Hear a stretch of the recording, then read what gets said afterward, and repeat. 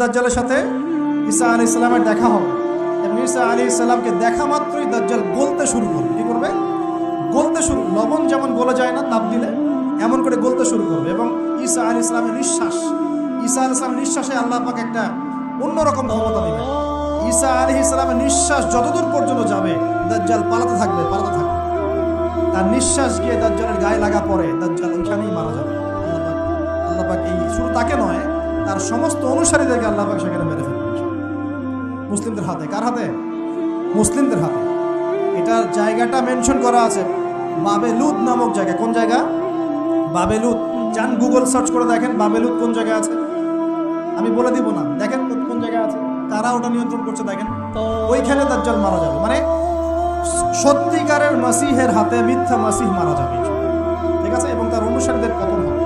এরপরে ঈসা আলাইহিস সালাম এই ক্ষমতাটা দখল করবে।